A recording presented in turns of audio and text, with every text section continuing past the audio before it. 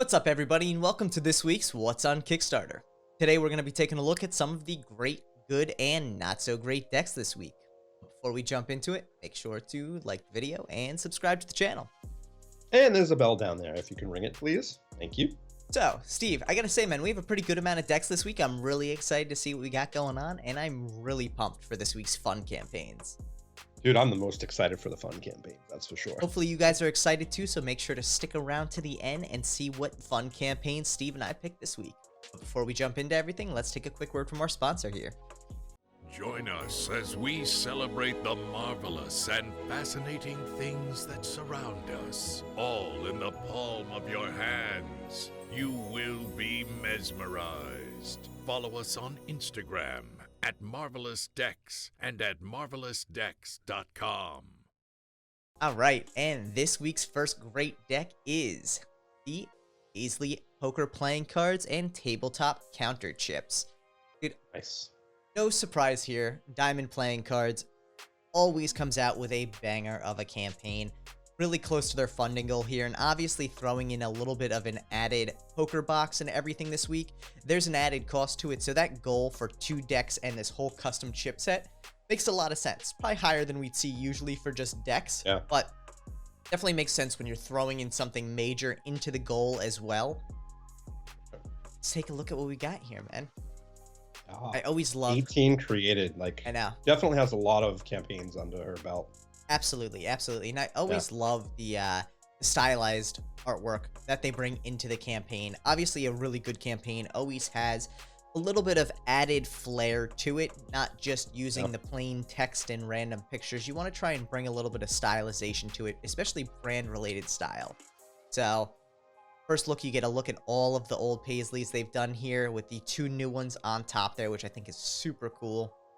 Then we dive into a little bit of the story about the Dutch Card House, and that this is actually their first non-marked deck in the Paisley series, which I think is really cool, and obviously for a poker set. Interesting. Yeah, you don't want it to be marked for a poker set, so it makes sense. I didn't even think about that, dude. Good call. Yeah. These decks are fun. Dude, I absolutely love that blue. Yeah, the yellow and the blue, and I mean, all 3 are really beautiful colorways. I think they did a great job with their choice there. Let's see, this project is customs friendly. Nice little tidbit they add in there. Gets into the exclusive wooden table set, which I think is really cool here. Fun clay chips. The works here with it really did a nice job with bringing this all together and putting up a solid campaign. Yep. The one thing I want to see still here is printing and fulfillment. And so yeah, there's just a lot of information in this campaign. We've gone through all this already, and we're only about it's long. halfway through. And you know, it's good though. Look at beautiful coin. This is actually a really dope dealer's coin. It really is beautiful. Yeah. And it's a good size too. Comes with a coin holder case, which I think is really fun. Interesting. Stretch goals. Got add-ons. This is a long campaign. Yeah. Well, and again, like, you bring something. There we go. Shipping and fulfillment. Oh, we saw it up top. That's right. Gamblers and 52 Wonders. Yeah, but who's going to be printing? I mean, I'm guessing USPCC because they usually go through USPCC. But I think, I want to say Cotamundi. Are they doing Cotamundi? Let us see. They usually do USPCC, but for some weird reason, I'm thinking Cotamundi, but I may be wrong. Oh, there we go. Printed by Cotamundi on their True Linen B9 slimline finish, yeah. So the one thing I would say I'd love to see in this still is a feature section up top. Feature section. Especially, it's really hard to break everything down. And especially because it's such a long campaign. I don't think it's a bad thing that it's a long campaign because there's a lot of information to include, but a feature section would make this so much more streamlined for someone who really is either flipping through on their phone or just wants the quick details for it. Otherwise, yeah, I think this looks great, man. What do we got for price? Price point, so it looks like they're only being sold in pairs or larger sets. So you're looking at the red and blue pair here. Shipped is $35. So you're looking at $17.50 a deck shipped, which is spectacular. Yeah, that's great. I mean, that really is a spectacular shot there. 100 counter chips. Interesting. So the one thing, and this is a tough one too, because this campaign is both for the cards and the poker set. Usually I would say But you can get them separate, which is weird. So usually what I would say in these situations is make it an add-on. But I think in this scenario, because they're two main components of the campaign, it really makes sense for them to be separate. I think in majority of cases, though, having them as add-ons would have made sense if they were more of an add-on nature. But yeah, dude, I am pumped for this campaign. Good job, Diamond playing cards. Super close to funding. If anyone hasn't checked this out yet, you should definitely go check out these decks because they are gorgeous. Yeah, good luck. And for this week's first good campaign, we have the Pocket Aces playing cards by Pocket Aces. So I have to say, I really think this campaign is a very good campaign on the cusp of being great. There's just a handful of things to me that need clarification to make it great. So one of the things that draws our attention here is the goal itself, and I think while they have a $1,000 goal for a gilded deck, they do explain why farther down. I'm not necessarily a huge fan of this approach in the sense that you can't print this deck for $1,000, and the purpose of Kickstarter is to fund the campaign itself. With that in mind, I think that they clearly passed their goal, but I would have liked to see a more realistic goal on this campaign. A lot of times to me, just throwing it at around $1,000 makes this arbitrary. They could have put $10 for all it mattered at that point too, you know, because based on what they're saying here, the goal doesn't matter. They've already partially printed the decks. What they're looking for here is the visibility on the campaign itself, and that $1,000 is just a random number. Yeah. Personally, I am glad that they didn't throw a banner on that image that says 5,000% past the goal. Like, I'm glad they didn't do that, because that would have definitely added to the, you know, I mean, that would have made me say this was a beware. Yeah, without a doubt. Yeah. I think the one thing I will say too for this, and yes, it's great that they've already taken into consideration the printing and the pre-printing of this, but that $1,000, and here's where I would have actually used the goal to come up with a real number in this: shipping. Yep. Have you accounted for shipping in this? You may have already printed the decks, but have you? I mean, they already lost $1,000 in shipping. Yeah, I mean, like, your shipping on this at 165 backers. Yeah, your shipping on this is going to be high. So while you may not need the funds necessarily to print the deck, you do need the funds to ship the decks, and that is something you always want to be cognizant of. That being said, I think this deck is actually a steal. You're looking at $27 for a gilded deck printed by EPCC. Really fun, minimalist design to it. I love the navy and copper color to it. It's going to be copper gilded, which is really cool. And they're going to be self-fulfilling. They touch on it right from the jump, which I think is super important. One of the things that also stands out to me, I don't necessarily like the way the tiers are laid out. The title of the tiers is a little bit weird. One deck at our early bird price. You could have literally just done 1x early bird, and then you wouldn't have the word price hanging onto a second line on all of them. And people would have known what you meant. The other thing that stood out to me is the tier quantities themselves, 1, 2, 5, 10, are just not standard deck tiers. And to me, that shows... It's very weird deck, sizes. Even that, or, at the 6 and 12, you can offer more of a discount. Yeah, and to me, it shows someone who isn't familiar with the Kickstarter playing card community. Because ultimately, you're usually looking at 1, 2, 3, 6, 12, something along those lines. Obviously, 10 decks get you partway to a brick. And again, even at that 10 deck price point, that's a steal. You're looking at a $19 gilded deck, which is really cool. Yeah. But I think it would have been a little more reassuring to see the tiers built in a way that people are familiar with and makes sense within the playing card community, especially because their story starts with the fact that we love playing cards and all things gaming. Cool. Yeah. I think that's great, but be cognizant of those things then. I like the story they build out. I like the detail they really put into the deck. The story for this deck really is the deck and the minimalism of it and the quality of it, which is perfectly fine. Again, your story is a sales pitch. They do a really good job about talking all through that. The one thing also that stands out to me on this one, though, and I like the fact that they really touch on their fulfillment in a clean way. The thing that stands out to me, though, too, and this is something more of a point of ambiguity that I think you need to touch on, is you have these unlockable colorways. I think that's great. But being a copper gilded deck, you don't mention whether A, these are going to be gilded as well, and B, if they are going to be gilded as well, is the gilding going to match, or are they all going to be copper gilded as well? So Yeah. really, one of the things I want to say with this for pretty much all Kickstarter campaigns, this is true for any campaign, you want to minimize any questions as much as possible. So think about even the smallest things that may not seem important in the moment, but could potentially cause confusion with even one backer. Avoiding confusion with one backer is what every little tweak in this is all about. And all of that adds up to making a much smoother, cleaner campaign where you're not sitting there all day responding to messages about these sort of things like what color are these going to be gilded? Why can I get a brick? Things like that, you know? Yeah. And if you scroll up a little bit, just to the white glove, you know, spending $40 for a gilded deck and I'm seeing it's in a bubble mail, it kind of scares me a little bit. Yeah, I'll be honest, that's another thing about the community. That's not white glove. Yeah. Yeah, I mean, and that's something that, again, you know, shows that there's a little bit of a lack of understanding in the expectations of the community. Yeah. So, something to me that, and who knows, maybe this is just an image. I'm pretty sure they're probably going to be sending in bubble mailers. But with that in mind, like, you're better off using a box. You're going to actually ensure that people do not have damaged decks. And it's going to go to that whole, like, hey, if you find an issue, reach out to us. Like, you're going to get a lot more people reaching out when you send bubble mailers. Yeah. So, with all that in mind, again, good campaign. Have a lot of, you know, value to what you put in here. I'm really excited to see how well this does. But yeah, like Steve said, good luck. Pretty deck for sure. Yep.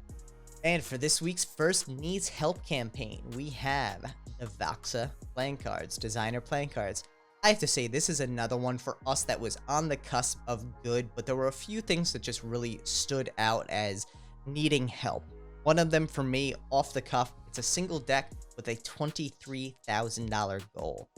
That is a very high goal. That is a very high goal for a single deck, especially when the premise of this deck is a lot of the artwork, or all of the artwork, is being designed by Leah herself. So, with that in mind, where's that $23 going? Let's dive in and find out. Lovely crafted, hand-painted, limited edition playing cards. Love the pull on the story already. Very interesting tuck.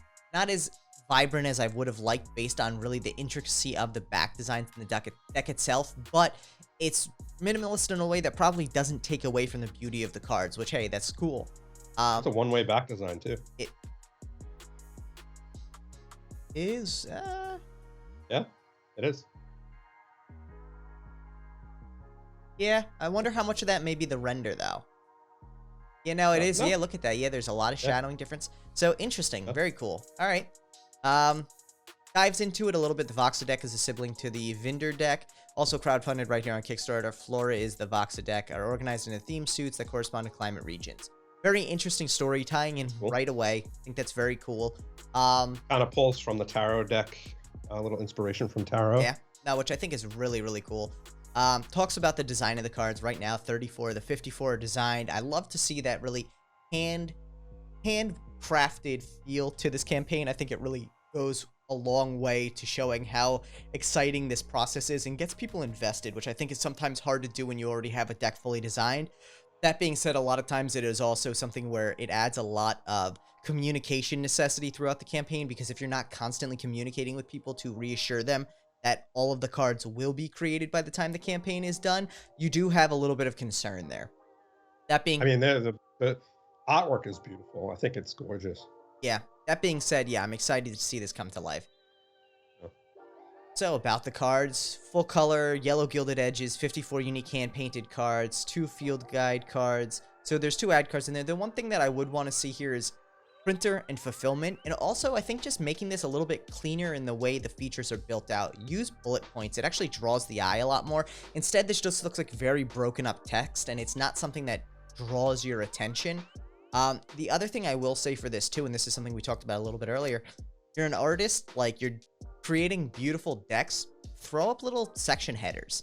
You know, don't rely just on the pure text and image format of the Kickstarter campaign. About the creator, we both know how the Kickstarter edit yeah, it's trash. It's literally trash. So that being said, this about the creator here could have been a beautifully designed image header that would have been clean looking instead of just a whole bunch of weird dashes which break to a second line. You can use artwork from the deck and make it really whimsical and exactly. cohesive. Yeah. That being said, I do wish also there were a lot more pictures of the cards. We haven't seen them so far, but let's keep going down. Talks a little bit about the rewards. You get the Vaxa deck, the original art potential. I love seeing that artwork there. And then we do get into the cards here as covered by the original art aspect. So all of the original art is available for sale as well. The one thing to me, though, is usually we recommend 4 across and usually 3 up because it allows for a more zoomed in view of the cards without being overly large. Here, a lot of the details getting lost on these really intricately designed cards that I think a lot of people would love to see in a larger format.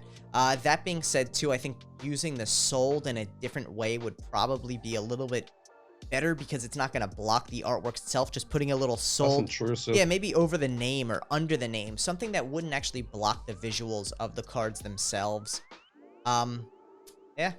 Otherwise, goes into the add-on section again. Perfect place for an image header. Yeah. The other thing I would say here is adding the price point for your add-ons. And then talking about your stretch goals here, I think it's good that you have stretch goals, but they're very much not fleshed out. Box upgrade to be determined. So $26,000 though. I mean, that's only 3,000 over the goal though. Oh, what I'm saying is 23,000 definitely covers a box upgrade. Yeah. Oh no. You can put a box. You can have a foil tuck box, and it's not even going to cost $3,000.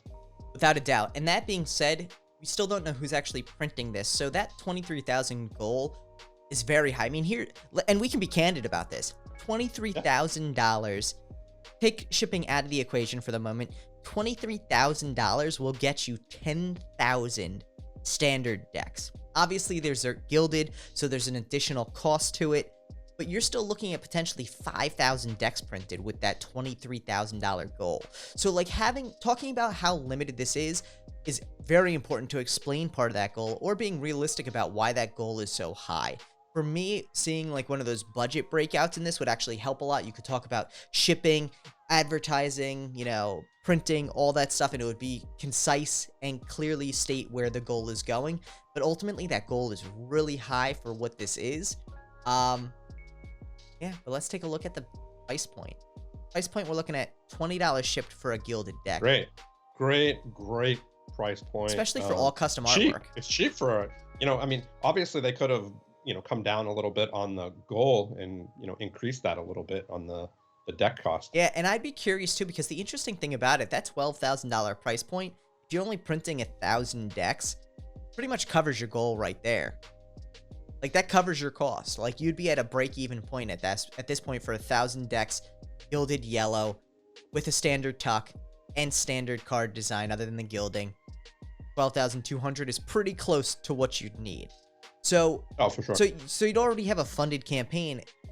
Again, that extra $11,000 on top of what you have is actually holding you back from funding right now, but also, what is it for? Like, that's the big question there. So, something to consider there.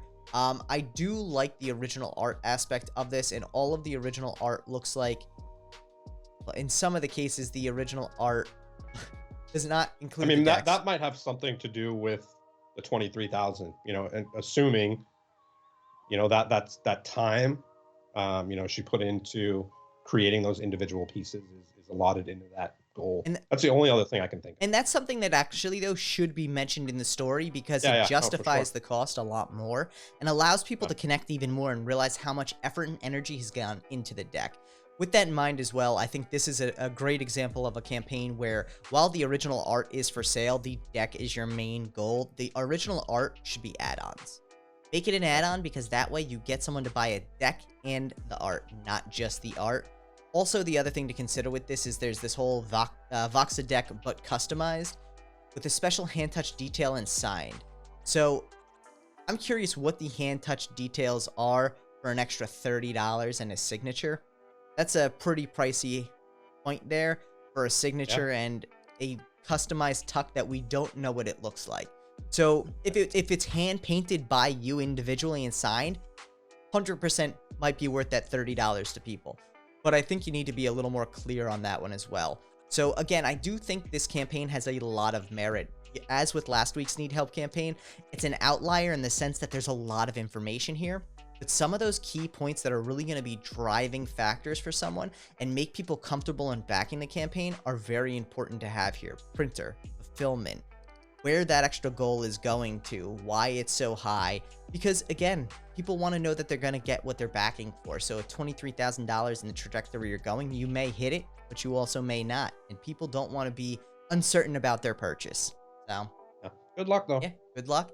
Definitely love the artwork on this, so I'm excited to see this campaign fund. So pretty. So good luck, Leah. And let's check out what we have new this week. First, for another great deck, we have the Sensu playing cards by Jack Brutus Penny. Crushing it. Absolutely crushing it here. We love this deck. We did a live plug on it. If you haven't checked it out, go check it out. Jack talks about a lot of the motivation behind this deck. This is a beautifully done deck, and honestly, I'm excited to back this deck. Absolutely great options to it. Really good put together here. I think Jack did a phenomenal job with creation of this campaign as a whole.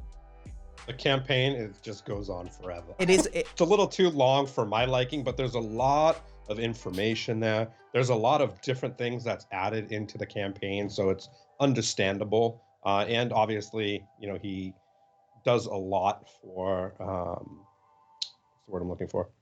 Nonprofits. Yeah. You know, definitely always great. Yeah, no, I absolutely. mean, even his risks and challenges is super long. Which is good, though.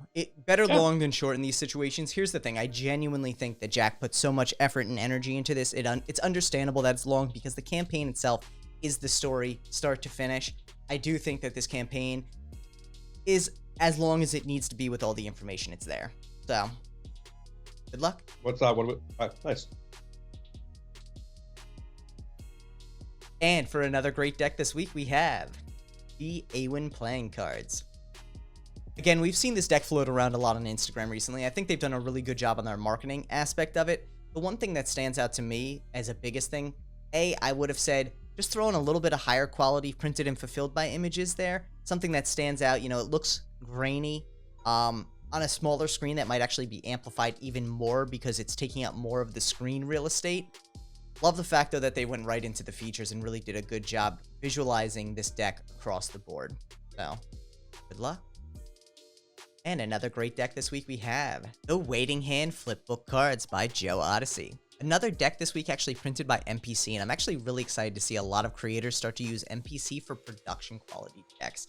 I think MPC over the past year or so has really stepped up their stock, so it's exciting to see that happening. Obviously, USPCC, MPC, Cardamundi, all reasonably similar price points, so that's why you do still see a 5,500 goal on this. All things considered, I'd actually consider that a little bit low based on what you're going to probably need for shipping.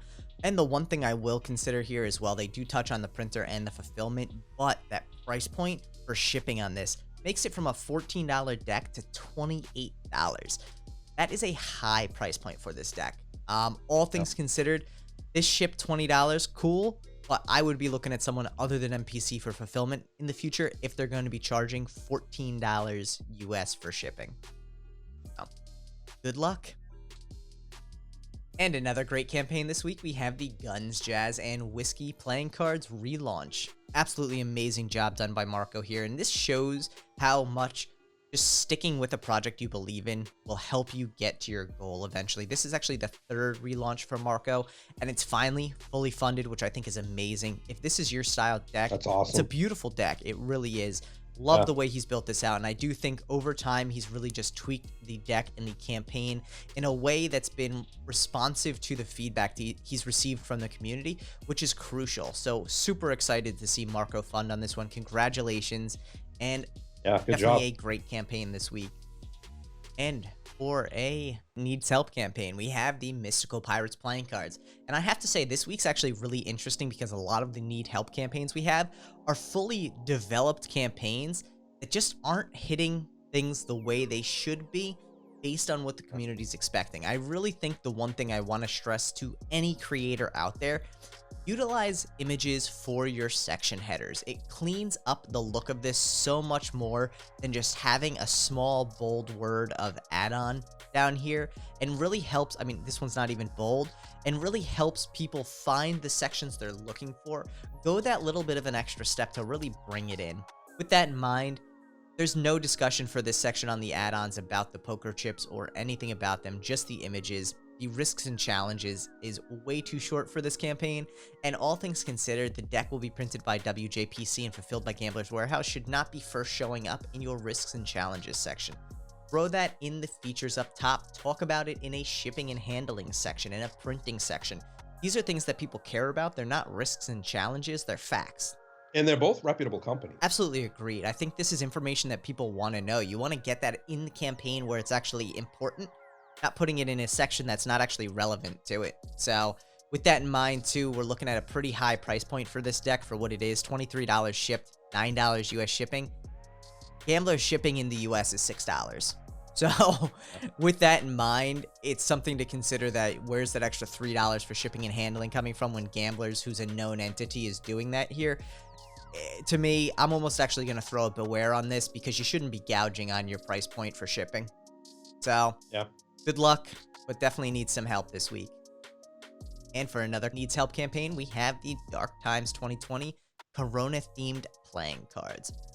I really want to see a story to this deck, and that was one of the biggest things that stood out to me, is there's a lot of interesting information in this around the fact that it's a Corona-themed deck, but A, the deck is crazy expensive at $28. B, there's just a little bit of inconsistency in the campaign where you're showing add-ons, then going to stretch goals, then back to add-ons. Something to consider there.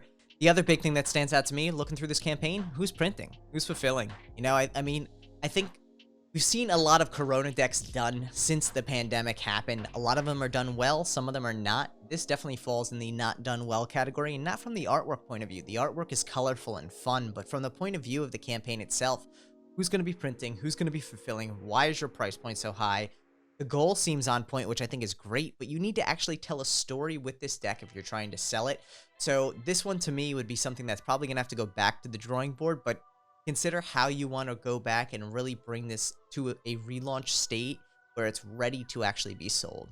So, and you don't have to do it for 60 days. Geez, yes, please don't. So, good luck.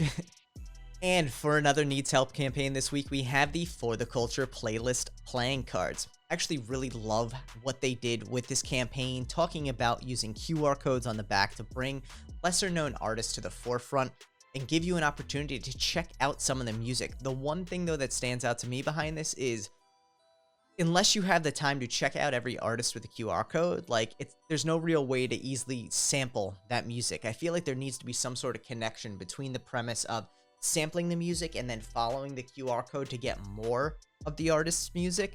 I really do like the idea though. This is a UK only deck, so for anyone in the rest of the world, apologies on that one, you're not going to be able to back it. One of the things that I would say to consider as well is making it open to the world. It never hurts. Maybe from a music point of view, they may not be as desirable throughout the rest of the world, as music is usually very geographically oriented, but it doesn't actually hurt to consider overseas fulfillment if you're willing to go that extra step. So, yeah, good luck.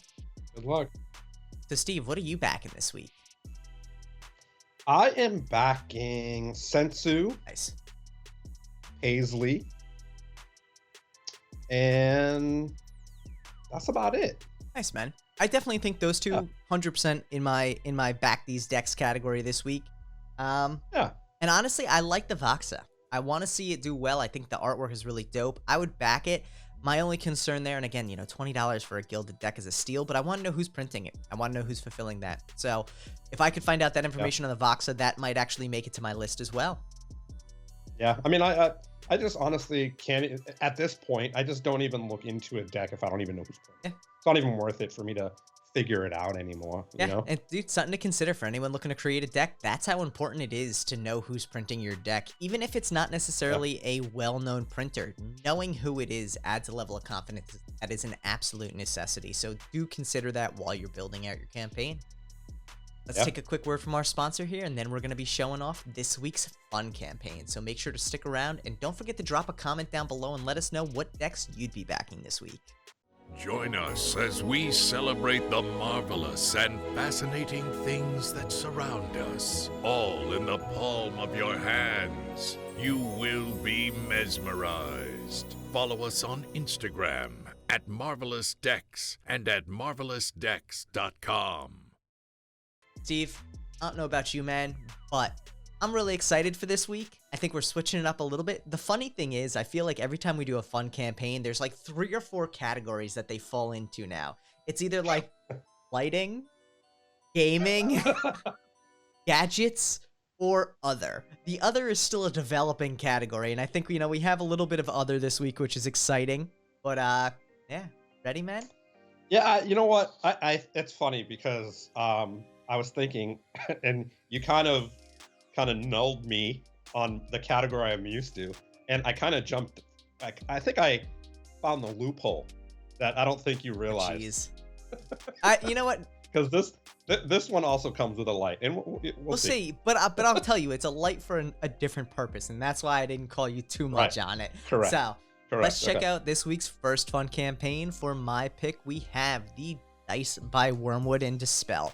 So we've been checking out, obviously we looked at those LED dice a couple weeks back, and something about that just really caught my eye. Obviously, dice pull in shockingly large numbers when the campaigns are from well-known gaming companies. 1.5. Yeah. So Wyrmwood and Dispel are both very well-known gaming communities. This is not a surprising number for them, but with that in mind, these dice are just dope looking, dude. And honestly, there's so much creativity in the colorways that they have with this. Like that ethereal light and the vaporware one just stand out to me so much. That pure starlight. There's so much color and variation. That's like a holographic version of dice. Dude, there really is. And look at this. There's even some with like flowers inside of a clear one with gold speckles. Like the artistic level that these dice go to is astounding. Absolutely astounding. I'm really impressed with it. They have a lot of. Yeah, that's what I'm saying. Like, not only that's why it's not surprising that there's so much money going into this campaign, because there's so many options. There's a dice set for everyone basically in this thing, and it's really pretty impressive. Yeah. So Oof. I can't get enough of them, and honestly, I haven't played tabletop games in a while now, and I definitely want to get back into it. But like, just the dice alone are gorgeous. Yeah, some of those numbers look hard to read on some of those stones. Could be. Like that one right there. That's kind of difficult. And to I wonder read. how much though too that could just be. Might be it could be the though. lighting on the image, because it seems like there's a lighter streak through the center here. Same with this one. Whereas like right here, straight on in person, it may be a whole different story trying to read it. But yeah, dude. Regardless, it doesn't even matter. It's Dude, they're just gorgeous. I think the creativity and the colorways that go into this, to me, is blowing my mind. I could easily see spending a ton of money on these dice here. $60 a set. Like hell, there's like 10 colors I already saw. That's $600 right there. Like, I'm gonna have to stop looking at dice. That's what it really comes down to. But I like the names. Sunken Treasure. This might be my favorite so far.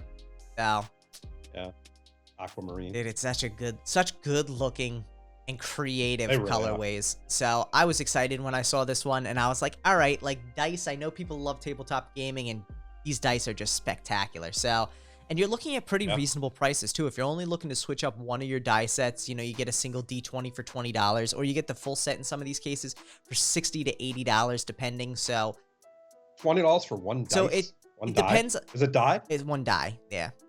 Okay.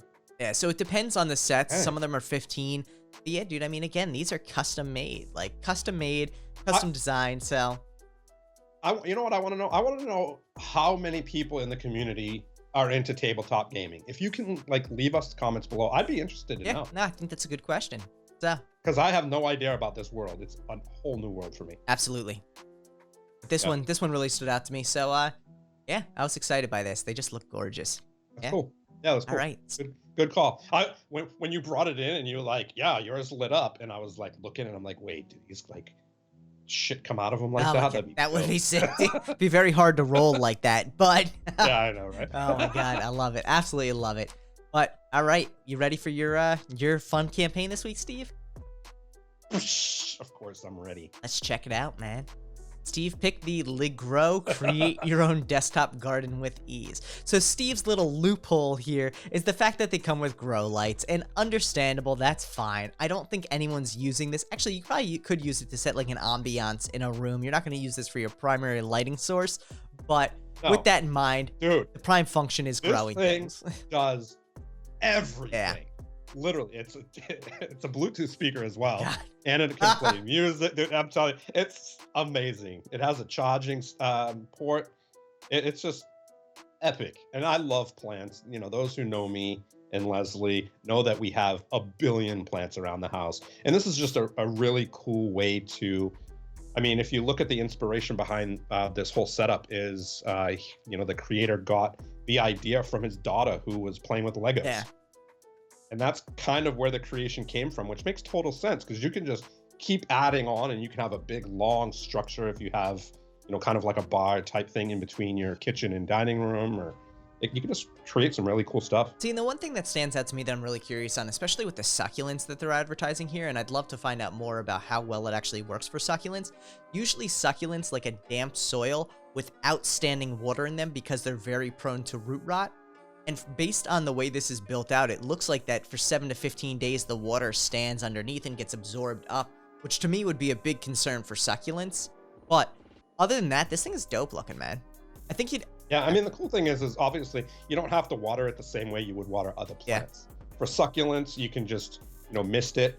You can just put, a few drops in each container, or whatever plants need certain specifications, then you can do it that way. Yeah, and that's what I'd be curious about, because I don't necessarily think this is a one and done solution to pour it in this tray and it'll take care of every plant in the same way, because obviously certain plants have certain requirements, but I do think it's really cool that it allows you to grow this whole like exposed terrarium style plant. Like it's really cool, man.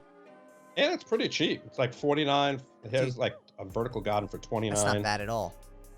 Yeah, and you can like obviously add on depending on which ones you want, but there's a $69 one, so there's definitely different levels based on the music garden. That one kills me, dude. That one really like kills me. A Bluetooth speaker built into it. They do say plants like music though too, so yeah, it's too funny. I think don't they say if you depending on the music you play affects the plant? Supposedly, yeah. So if you're playing negative music, like the plant's not going to do well. Or this is too funny, dude. I dig this one. Very nice choice this week. I'll let it slide. Thank you. It definitely stays in line with my tranquility. Yes. I'll let it slide on the light aspect of it, but I think it's a very cool campaign. So, dude, awesomely done. Very awesomely done. Thank you so much, everyone, for checking out this week's episode of What's on Kickstarter. Again, drop us a comment below. Let us know what you're planning on backing. We always love to see what everyone's backing this week, whether it be cards, dice, plants, or anything else on Kickstarter. So let us know in the comments down below, and make sure to like, share, and subscribe. Peace.